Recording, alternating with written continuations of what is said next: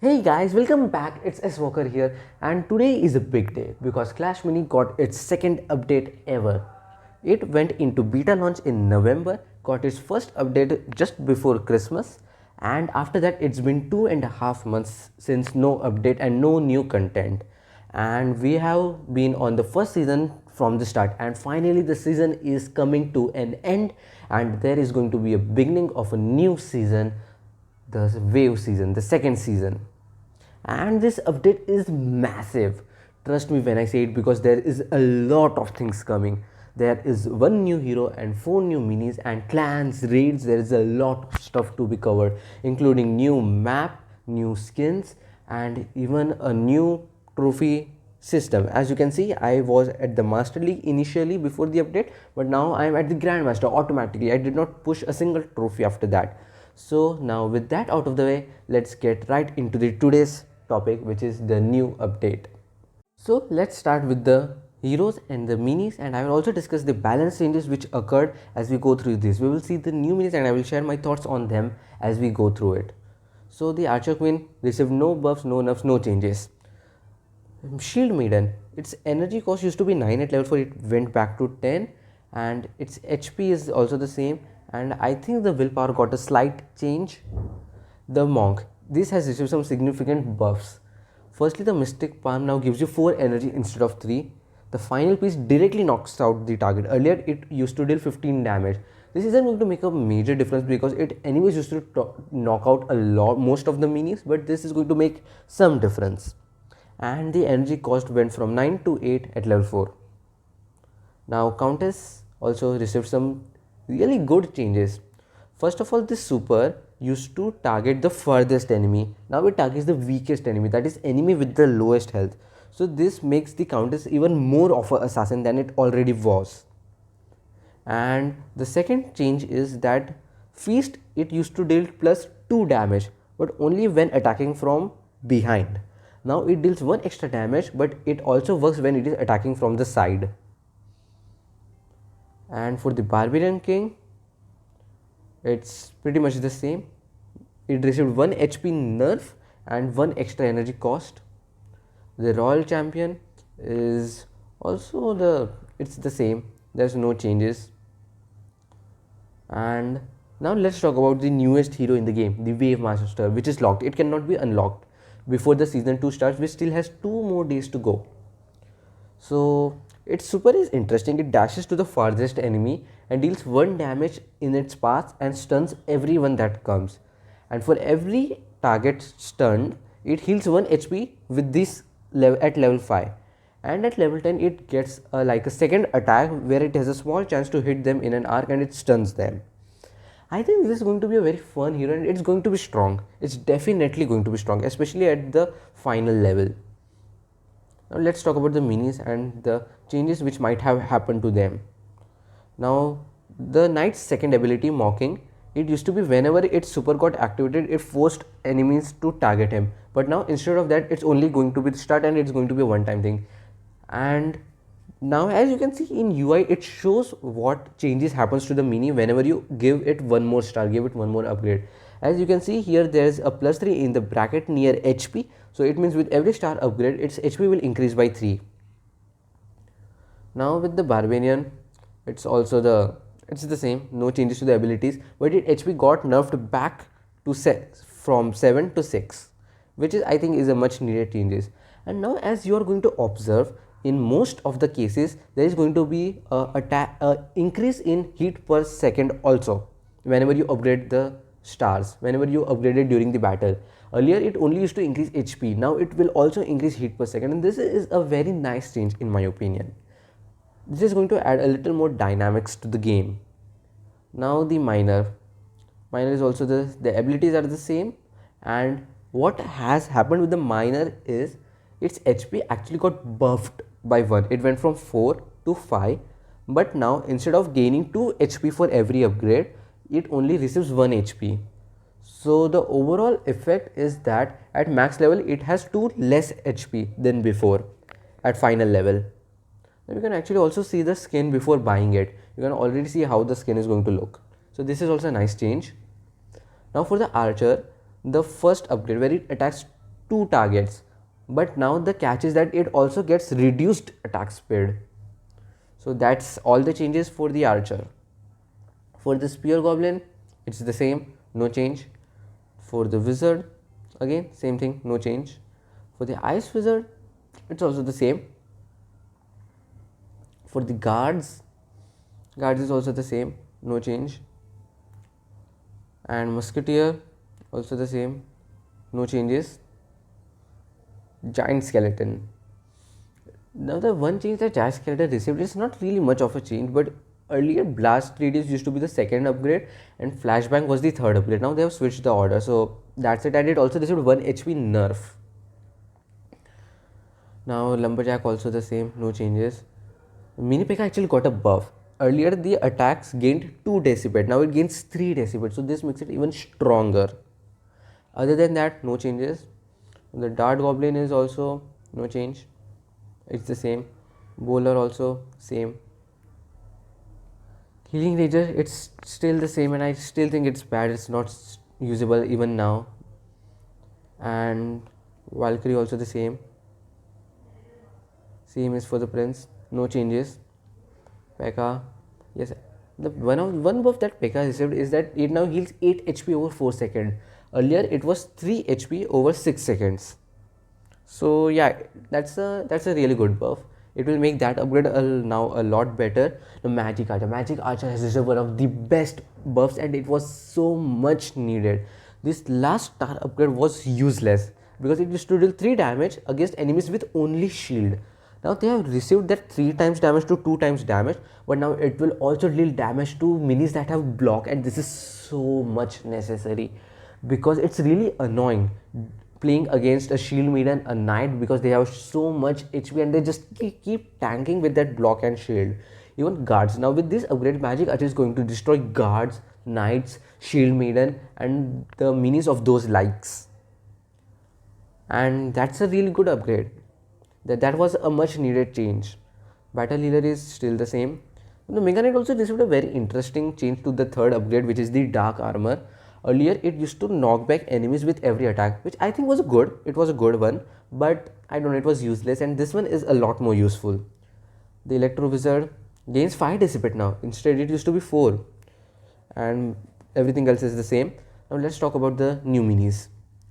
Now the swordsman is a 2 elixir mini which can strike up to 5 times with its super, and this abilities, the first ability is where it regains its super like royal champion where it knocks out. Now the big fish also stuns the enemy for 1.5 seconds, and this attacks up to 9 times but can also hit allies, which I don't think this upgrade is worth it. It's going to be a pretty decent mini, but it's squishy and it's also a melee, so it's going to be okay. Now the golden giant, I don't think it's going to be that strong. It's going to be okay because it stuns itself and it also heals, but I don't know, this is not going to be strong. It's going to be okay at best. Now the fisherman is a 4 elixir mini, but it has a very strong clash ability where it throws a hook and it pulls enemies to fisherman, and it can hook up to 3 enemies, and that's a game changer.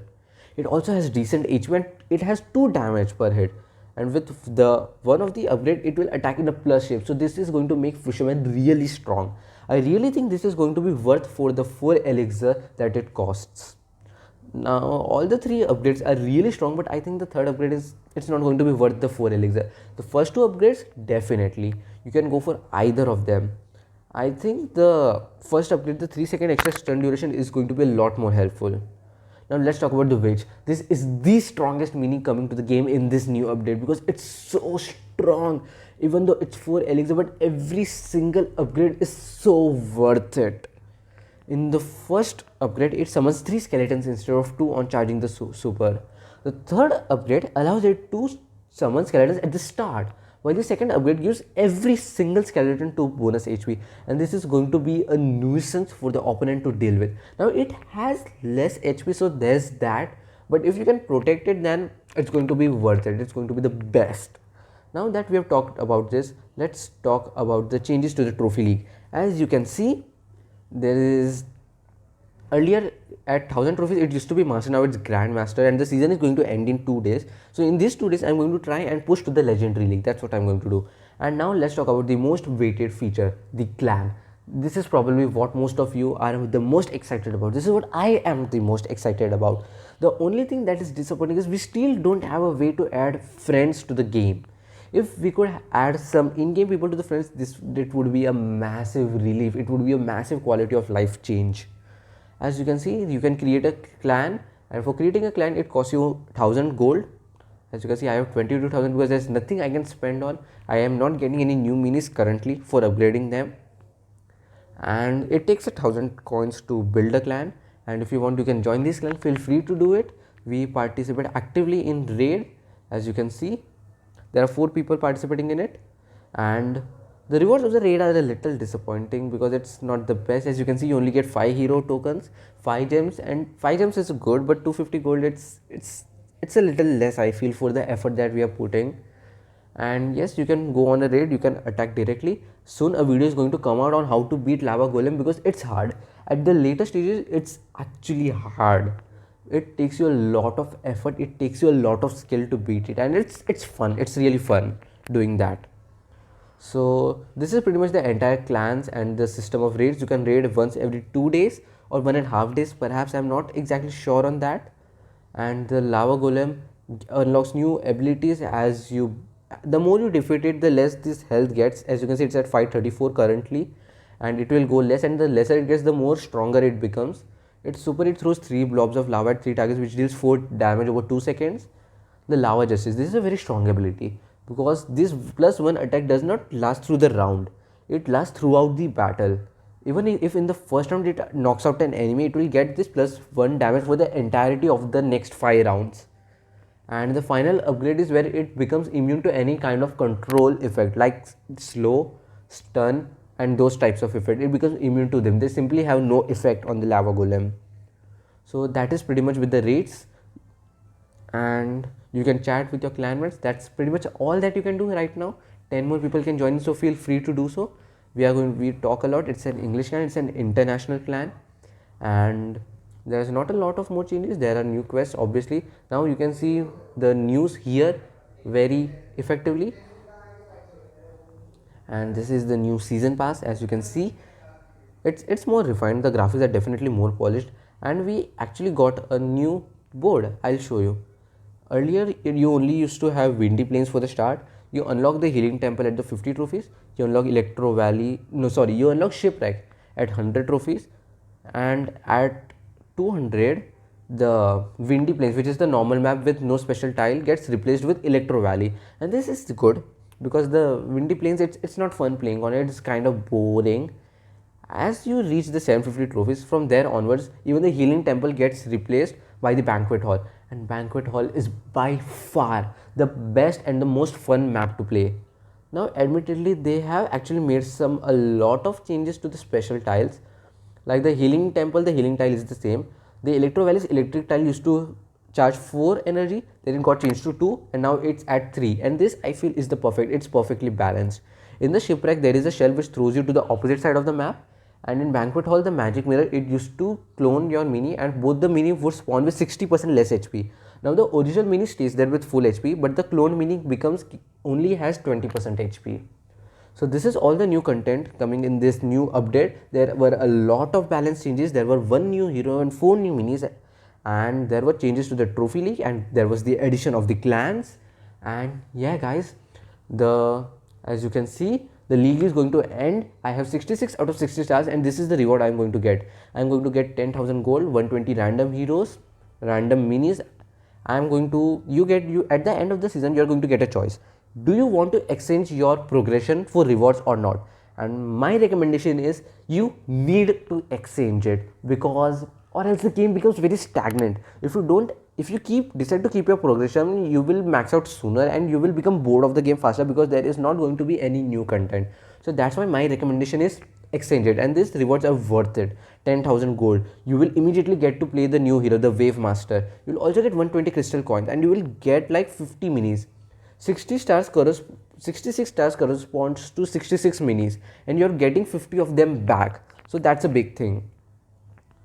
Now there is also one more thing that you need to note, is that now there has been a slight change. Earlier, after one upgrade you unlocked the mini, at the 2 you unlock the first star, after 2 more you used to unlock the second star, and after 3 more you used to unlock the 7 star. So it took a total of 7 minis, 1 to unlock, 1 to upgrade, 2 for second star and 4 for the third star.